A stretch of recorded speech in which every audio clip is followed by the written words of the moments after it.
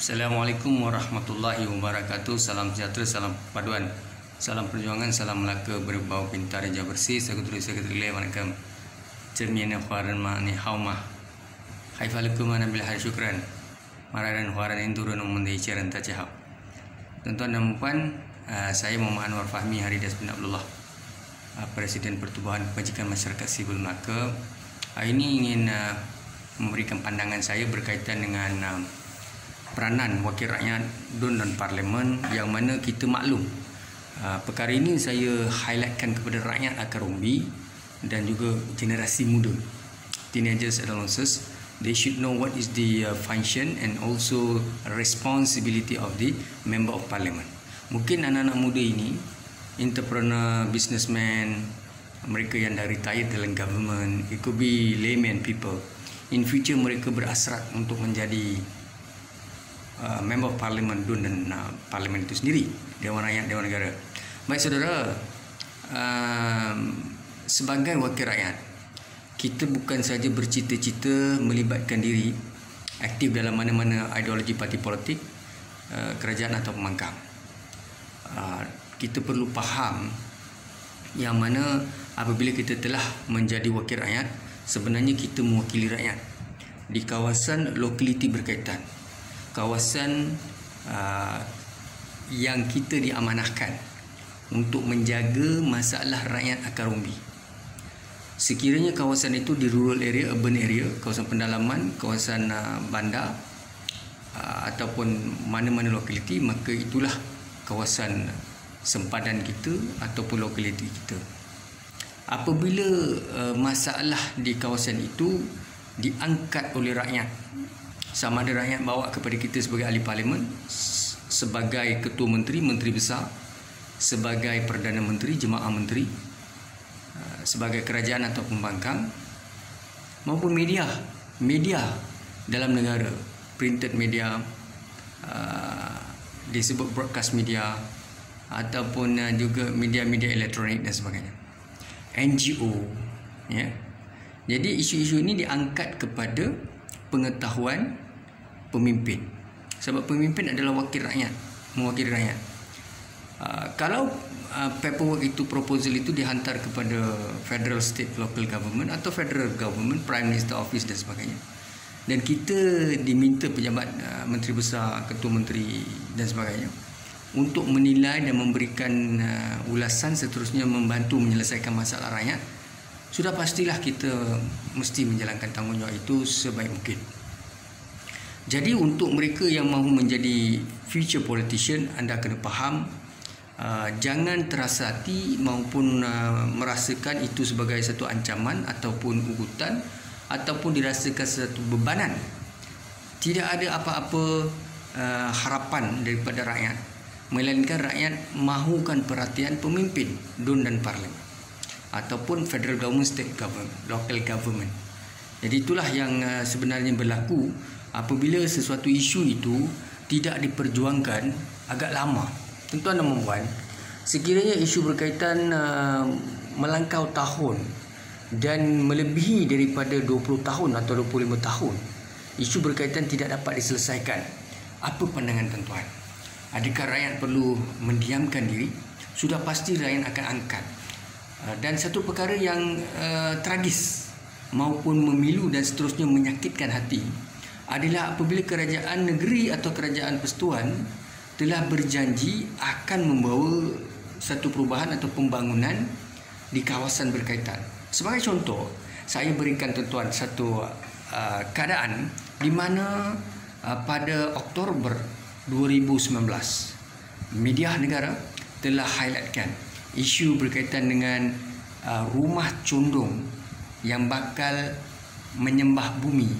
Bererti rumah berkaitan akan runtuh bila-bila masa disebabkan daripada retakan tanah yang mendap, aliran air bawah tanah yang mungkin tidak stabil, dan seterusnya mungkin disebabkan oleh air pump, loji kumbahan, dan seterusnya banjir kilat menyebabkan najis terapung masuk ke rumah, dan segala peralatan perabot rosak, barangan elektrik rosak, dan mereka terpaksa berhadapan dengan pelbagai lagi bebanan seperti segala perkakas, silingnya runtuh dan rumahnya retak. Saudara, kita mungkin tidak merasakan perkara itu satu keperitan, dan bagi kita mungkin kita tidak ada masalah sebab rumah kita alhamdulillah. Mungkin kita ada driver, kita ada pendapatan yang lumayan. Gaji kita 30,000, 40,000, kita ada pengawal, kita ada escort, kita ada allowance, kita diraikan, dihormati dengan gelaran-gelaran, dengan juga keistimewaan kita dapat sebagai pemimpin. Tapi pernahkah saudara memikirkan perasaan rakyat akan Rumi? Bagaimana saudara kalau rumah saudara sebagai pemimpin, kalau rumah saudara sebagai pemimpin dipenuhi dengan najis, terapung pada ketika hujan lebat dan seterusnya, lecah, kekotoran, air busuk dan seterusnya, silingnya pecah, segala perabot, segala peralatan, TV, barang elektronik, peti sejuk, semuanya rosak. Setahun paling tidak 2 kali. Dan saudara berada dalam rumah 2 tingkat, 24 unit rumah condong, Taman Malim Permai. Saudara, bagaimana perasaan penduduk di situ? Bila-bila masa bangunan berkaitan boleh runtuh, anak, isteri, keluarga mereka berada dalam rumah itu. Mengapa perkara ini seakan-akan sukar ataupun memang pada dasarnya telah mendapat perhatian kerajaan mantan Ketua Menteri Melaka, iaitu Yang Berhormat Adli Zahari. Maka Adli Zahari telah memberi kenyataan media kepada Malaysia Kini bahawa kerajaan negeri telah maklum dan sedang serius untuk menangani isu di lokaliti Taman Malim Permai. Saudara, kerajaan menawarkan sama ada penduduk di situ akan dipindahkan ke lokaliti lain, rumah baru yang lebih sesuai, ataupun runtuhkan semula dan membangunkan semula rumah di situ, iaitu Taman Malim Permai. Saudara, namun kerajaan Pakatan Harapan tidak lama mereka rebah kerana takdir. Tetapi saudara, hari ini, pada detik ini, kerajaan negeri adalah di bawah Perikatan Nasional. Kami NGO penduduk jawatan kuasa pengurusan krisis rumah condong Taman Malim Permai. Maka kami menubuhkan satu jawatan kuasa di bawah kepimpinan Tuan Husin Saleh, dan seterusnya saya Muhammad Anwar Fahmi selaku penasihat kepada jawatan kuasa, dan bersama saya Tuan Haji Abdul Latif sebagai pengurusi pemerhati tetapi merangkap pengurusi JKK. Saudara, kita ada juga eskoh atau timbalan persatuan krisis ini, iaitu Puan Ifah maupun Prema, dan seterusnya kita ada ramai Uncle Chong, dan kita ada hampir 13 orang jawatan kuasa. Saudara, apa yang sedang kami pikirkan di sini? Mungkin saudara bertanya, apakah kami sedang rancang? Itulah saudara, walaupun bukan rumah saudara, bukan rumah pemimpin, tetapi hakikatnya kalau rumah kita berlaku bencana, kekotoran, kerosakan, musibah, maka kita sangat-sangat tertekan. Begitulah keadaannya saudara. Mengapa saya tidak berputus asa? Banyak penulisan, banyak artikel, banyak video, banyak audio, banyak gerakan-gerakan yang kami lakukan. Tetapi bahasa, pertuturan, pendekatan kami cukup lestari, hormat pemimpin, dan kami buat dalam keadaan lestari. Saudara, tujuan kami adalah satu, iaitu pada 2019, ibarat nasi disuap ke mulut, tak sempat mahu ditelan, nasi itu jatuh daripada tangan rebah ke bumi, rezeki kami jatuh, iaitu satu janji Kerajaan Pakatan Harapan di bawah Tuan Adli Zahari tidak mampu ditunaikan, bukan kerana kerajaan itu tidak mahu buat, tetapi oleh kerana kuasa mereka tidak panjang, mereka diuji. Saudara, sebagai rakyat, sebagai NGO, kami tidak mahu berpolitik, kami tidak mahu berpaksikan kepada ideologi, kerana itu akan menyebabkan rencaknya perjuangan kami.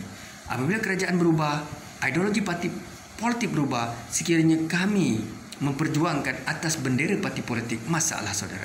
Sebab itulah kami menghormati kerajaan yang dipilih rakyat ataupun kerajaan yang semasa, government of the day. Saudara, sebelum ini kerajaannya Pakatan Harapan, kami berurusan dengan Pakatan sebaik mungkin, seprofesional mungkin. Namun kerajaan Pakatan sudah rebah dan sekarang kita ada kerajaan perikatan. Benda yang sama kami sedang lakukan. Tolonglah saya merayu kepada TYT. TYT kita kenal, TYT Melaka daripada dahulu. TYT menjadi mantan Ketua Menteri Melaka. Siapa tidak kenal Tun Datuk Seri Dr. Muhammad Ali Rustam. Orangnya lestari, berfikiran jauh, berjiwa besar, suka membantu rakyat. Kami semua rakyat, Tun, tolonglah bantu. Apa lagi yang kami mampu lakukan, apa lagi daya upaya, apa lagi perkara yang harus dilakukan. Kalau kami menghantar surat kepada Perdana Menteri yang Pertuan Agong Majlis terusnya kita bawa kepada CM, kita bawa kepada Majlis Perbandaran dan sebagainya, semua itu adalah usaha kami. Kerana kami hanya mahukan perhatian. Sebab perkara ini Tun sudah 25 tahun. Bukan 2 hari atau 12 hari. Satu janji yang dijanjikan oleh Kerajaan Pakatan Harapan mereka mahu tunaikan, tetapi mereka tidak ada mandat. Penduduknya cukup gembira, tapi apakah daya? Kerajaan tumbang. Sekarang kita mula balik proses yang sama. Tun, kami letih dan penat. Tolonglah bantu. Panjang-panjangkan kepada CM. Saya harapkan Ketua Menteri Melaka, esko-esko yang ada, tolonglah turun padang. Bantulah kami. Kami adalah NGO yang menyokong mana-mana kerajaan yang ada pada ketika itu. Kami tidak berpaksikan kepada ideologi politik, membenci mana-mana pemimpin. Kami amat memahami. With that, syukran, nandri, waalaikumsalam. Assalamualaikum warahmatullahi wabarakatuh.